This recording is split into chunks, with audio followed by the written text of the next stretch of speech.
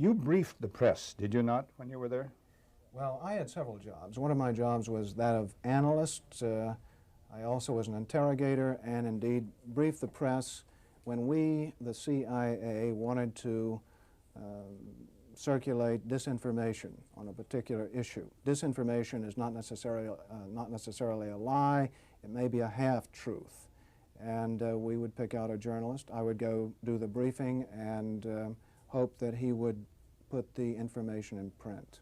For instance, if we wanted to get across to the American public that the North Vietnamese were building up their force structure in South Vietnam, I would go to a journalist and advise him that in the past 6 months, X number of North Vietnamese forces had come down the Ho Chi Minh Trail system through southern Laos. Now, there is no way a journalist can check that information. So either he goes with the information or he doesn't, and ordinarily or usually the journalist would go with it because it looked like some kind of exclusive. And I would say our percentage planning that kind of data was 70 to 80%. The correspondents we targeted were those who had terrific influence, the most respected journalists in Saigon, like Robert Chaplin of the New Yorker magazine, Kai's Beach of the Los Angeles Times from time to time, and also he worked for the Chicago Daily News. Bud Merrick of U.S. News and World Report, Malcolm Brown of the New York Times, even Maynard Parker of Newsweek magazine.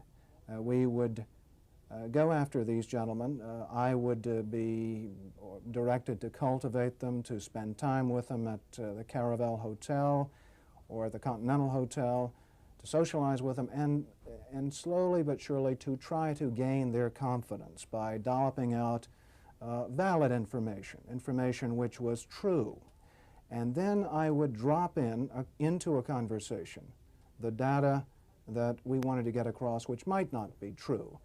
One piece of data, for instance, that we managed to plant in the New Yorker magazine had to do with a supposed North Vietnamese effort in 1973 to develop airfields along the border of South Vietnam.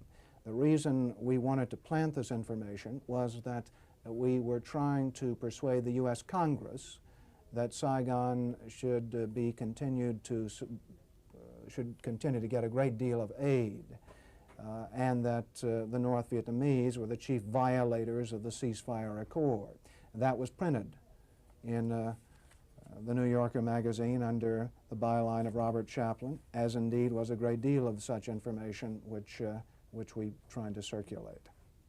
If I planted a piece of information with a reporter, I would ordinarily then try to create an environment in which he could not check the information. I would go to the British ambassador and brief him on the disinformation I had just given the reporter.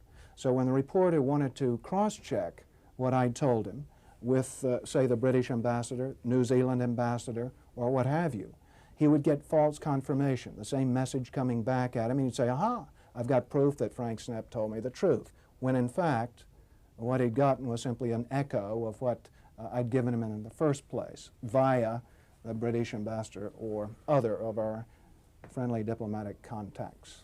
I am, as an ex-CIA agent, opposed to the disinformation activities in which I was involved. I admit that I was involved, and I think it served no useful purpose. Propagandizing the American public or Congress is not the CIA's job.